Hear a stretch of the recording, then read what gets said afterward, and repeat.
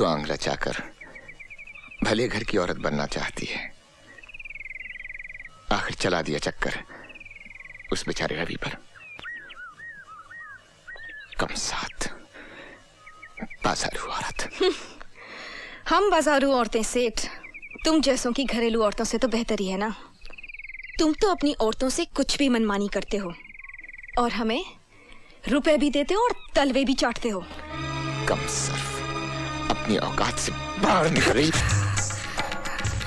औकात देखनी है सेठ? हाँ देखनी है तो चलो चैलेंज फेंकती हूँ मैं तुम पर।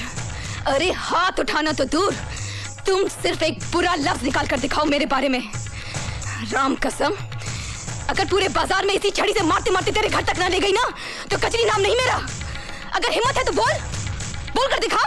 मैं मुंह नहीं लगना चाहता तुम जैसी औरतों के। अरे सेठ, औरतों को पांव की जूती समझना छोड़ दे। जिस दिन सर पर पड़ेगी ना तो बेभाव की पड़ेगी। बात करता है साला। हाँ? अरे औकाती क्या ससुरी की, कहो तो जान से मरवा दे। नहीं, उसे ठीक नहीं होगी उसके लिए। उसे फिर उसी नाली में जाना होगा। बोटी बोटी बिकेगी उसकी। घिसट घिसट कर, रेंग रेंग कर, सड़ सड़ कर मरना होगा उस बदसौत को।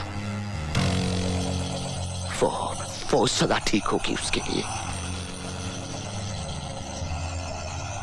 कर दिया है बंदोबस्त उसका। क्या हुआ बेटे? क्या हुआ? कौन? मैंने नहीं जाना। मैं खिलाऊंगा तुझे खेल, मैं खिलाऊंगा। मैं बोलूं? अरे नाच पीटी सत्यानाश हो तेरा। तने घर बसाने के लिए भेजा था मैंने, रुपयों कमाने के लिए भेजा था, रुपयों कमाने के लिए। और तेरे कमीने अभी से हराम का बीज भर लिया पेट में। आ रहे खबरदार माई, खबरदार, इसे हराम का मत कहना। मैं हूँ हराम की तो मैं हूँ, क्योंकि न तन्हे पता है न मने पता है कि मेरा असली बाप कौन है। ये तो एक शरीफ इंसान का बच्चा है जिसने प्यार किया है मुझसे। हाय हाय हाय हाय, मैं तो बोलूं प्यार करे है तन्ने, घरवाली समझे है तन्ने। अरे हराम की, जाके बोल असलियत बता के तू धंधे वाली है, नाचने वाली है, तब देखूं कितना प्यार करे है वो तुझे। हराम की जाई, मैं तो बोलूं संता मिटा दे हराम के इस बीज को। तेरी तो कमीने। खबरदार संता, हाथ भी लगाया तो काट के फेंक दूंगी। तो जैसे 25 को सीधी कर चुका हूं मैं अब तक। टांगे तोड़कर डेरे में भी डाल दूंगा ना तो भी घाटे में नहीं रहूंगा। अरे ना रहे नाचने लायक, 20-25 दिन भूखी रहेगी तो खुद ही दिमाग ठिकाने आ जाएगा। ए बस रख, कस के पकड़ के तो रख। पहले इस बला को निपटा दो जिसकी वजह से इतना कूद रही है। कन्ने काट जा, वरना यहीं के यहीं खेल जाऊंगा। क्या लगती है तेरी? मेरे होने वाले बच्चे की माँ।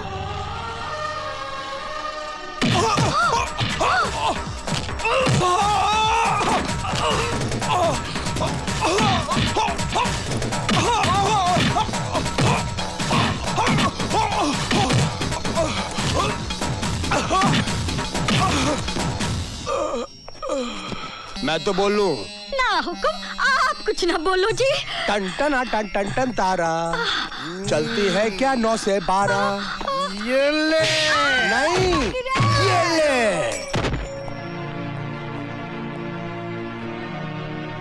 जाओ, संभालो अपना ये घर, अपनी ये दुनिया। मम्मी, मम्मी, मम्मी, हमने कभी मत छोड़ के जाना मम्मी, मैं नहीं रह सकती। नहीं बेटे, नहीं, नहीं जाऊंगी, नहीं जाऊंगी, नहीं जाऊंगी, नहीं जाऊंगी। बस रवि, बस, मैंने उसे आगाह किया था, मैंने सिंघाल को आगाह किया था। मैं म्युनिसिपल कमिश्नर मिस्टर सत्यप्रकाश का केस फिर से खोलने जा रहा हूँ कि मिस्टर सत्यप्रकाश ने जेल में आत्महत्या नहीं की थी, उनकी हत्या करवाई गई थी। और मैं इन सफेद पोशों के काले कारनामों को सारा कच्चा चिट्ठा कल अदालत में खोलकर रख दूंगा। पूरे सबूतों के साथ। नहीं, ये नहीं हो सकता। रवि के पास हमारे खिलाफ जो भी सबूत हैं वो खत्म होने चाहिए। सिंघाल साहब, हमने तो रवि का पूरा ऑफिस छान मारा, लेकिन हमारे फाइल है, हमारे कागजात, ऑफिस सब गायब है। कहीं हमारा नक्शा न पलट जाए।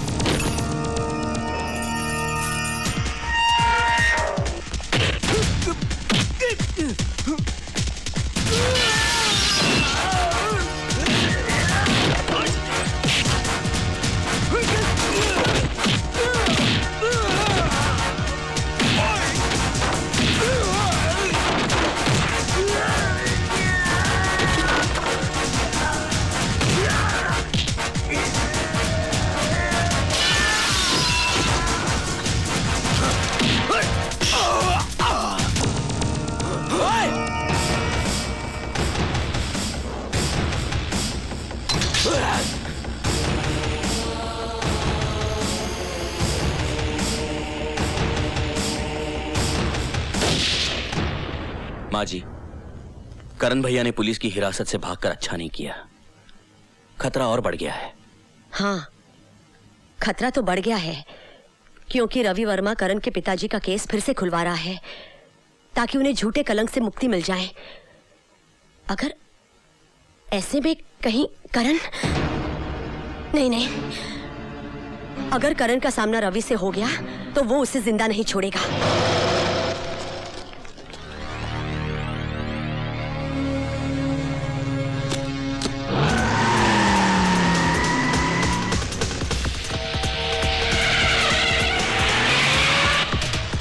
चल जल्दी रवि।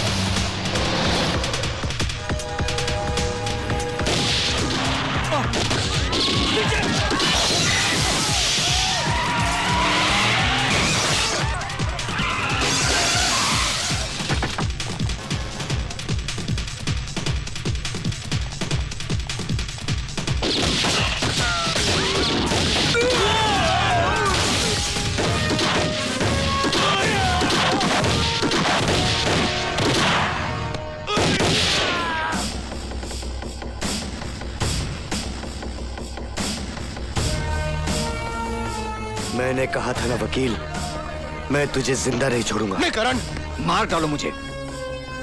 मुझे मारकर तुम अपनी पिता की मौत का बदला तो जरूर ले लोगे, लेकिन मेरी वजह से जो दाग उनके चरित्र पर लगा है वो तो वहीं मिटेगा, उसी अदालत में जहां वो लगा था। क्या तुम मुझे चंद घंटों की मोहलत नहीं दे सकते कि मैं वहां जाकर उन्हें बेगुनाह साबित कर दूं? उसके बाद तुम जो सजा मुझे देना चाहोगे ना, मैं उसे हंस के कबूल कर लूंगा। हाँ करण, रवि ठीक कह रहा है। यह अदालत में उन्हीं लोगों का भांडा फोड़ने जा रहा है जो तुम्हारे पिता की मौत के भी जिम्मेदार हैं, और वो लोग इसे अदालत तक पहुंचने नहीं दे रहे।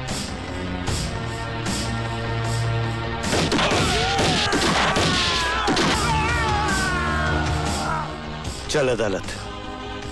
दुनिया की कोई भी ताकत तुझे अदालत पहुंचने से नहीं रोक सकती।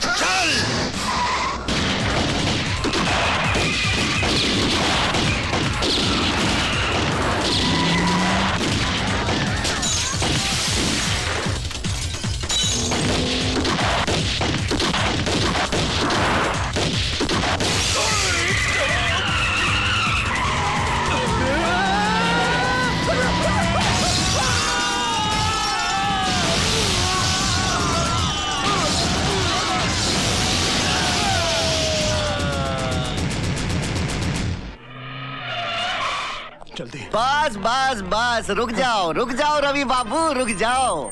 यहाँ तक आ गए, बहुत आ गए। अब इस रेखा को मत लांघना। एक रेखा ही तो लांगी थी सीता मैया ने। आधी रामायण दुखों में गुजर गई। तुम्हारी तो वैसे ही कष्टों में कट रही है, काहे को और दुखों को न्योता देते हो? हाँ, लाओ मुझे दे दो, लाओ।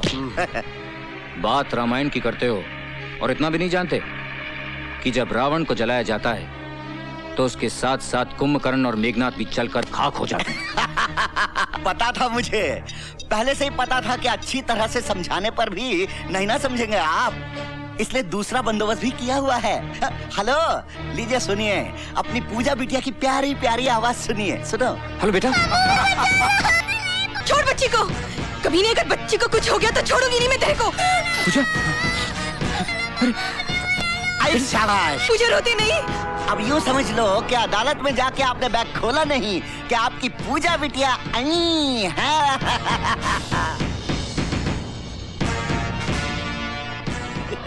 हरामजादे, तू क्या समझता है कि तू मौत का नंगा नाच नाचेगा तो मैं डर के अपने इरादे बदल लूंगा? You bastard. जल्दी। नहीं।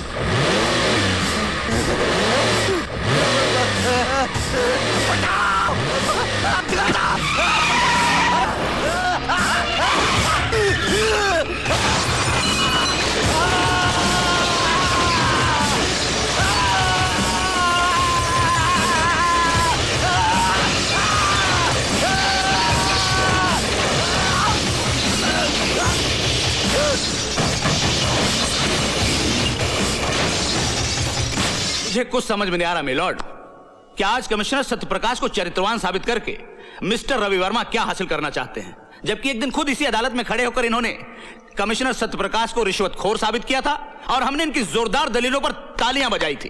काश आपने वो तालियां नहीं बजाई होती।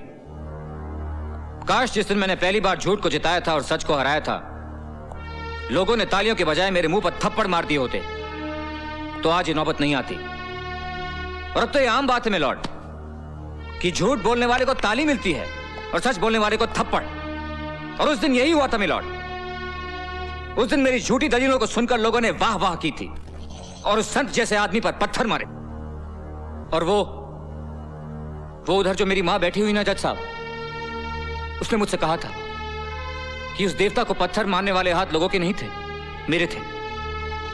और उसने बिल्कुल ठीक कहा था जज साहब, ठीक उसी तरह जैसे सत्यप्रकाश जी का कत्ल फांसी के फंदे से नहीं हुआ था। उस कत्ल के असली मुजरिम वो थे जिन्होंने फंदे बनाने वाले हाथों को खरीदकर उनका खून करने के लिए भेज दिया। भाषण बहुत हो गया मिस्टर रवि वर्मा। अगर आपके पास कोई नाम है और उसके खिलाफ कोई सबूत है तो पेश कीजिए, वरना खामखा अदालत का वक्त बर्बाद मत कीजिए। हाँ है, मेरे पास हर वो सबूत है। लीजिए उनके सारे काले कारनामों का कच्चा चिट्ठा मैं आज अदालत के सामने पेश करता हूं।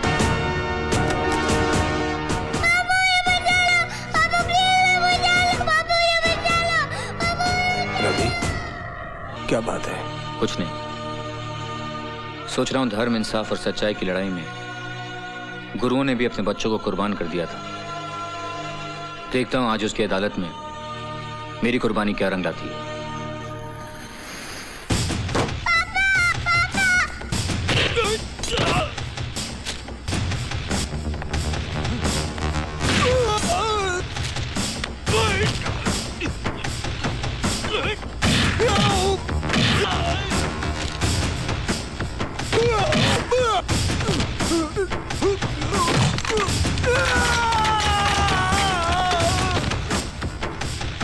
छोड़ बच्ची को, बहुत बुरा होगा तेरा। छोड़ बच्ची को, कभी नहीं। छोड़ दे बच्ची को, छोड़। बुरा। पूजा।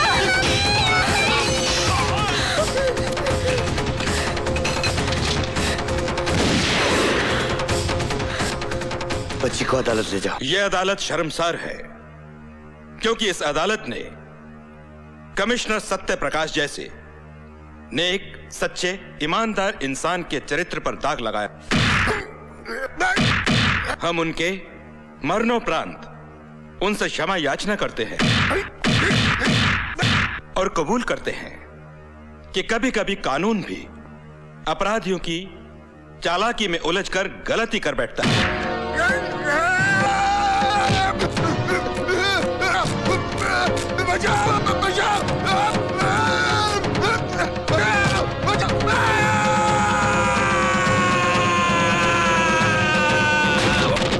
अदालत ये हुक्म जारी करती है कि कमिश्नर सत्य प्रकाश के खून के इल्जाम में तेजेश्वर सिंघाल को फौरन हिरासत में लिया जाए और इन पर बाकी मामलों के मुकदमे चलाए जाएं।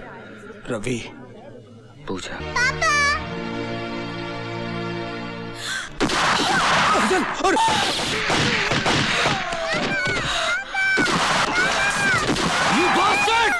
इंस्पेक्टर, आगे मत बढ़ना।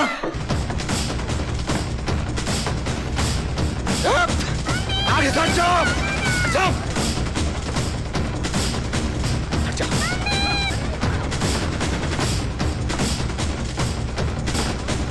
हट जाओ आगे से।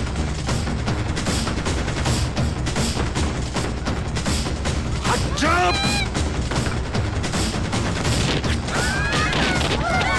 सिंघाल, पूजा को छोड़ दे। सिंघाल, अपने आप को कानून के हवाले कर दो। तुम यहां से बचकर नहीं जा सकते। होश करो, मैं कहता हूं।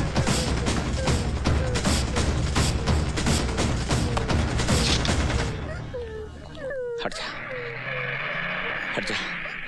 हट जाने, लड़की को गोली मार दूंगा। हट जा।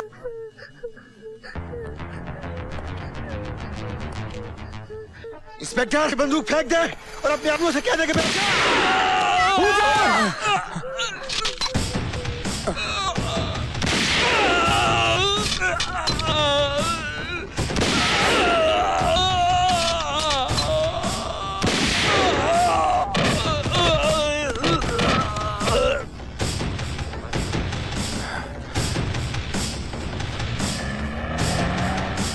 ये लीजिए।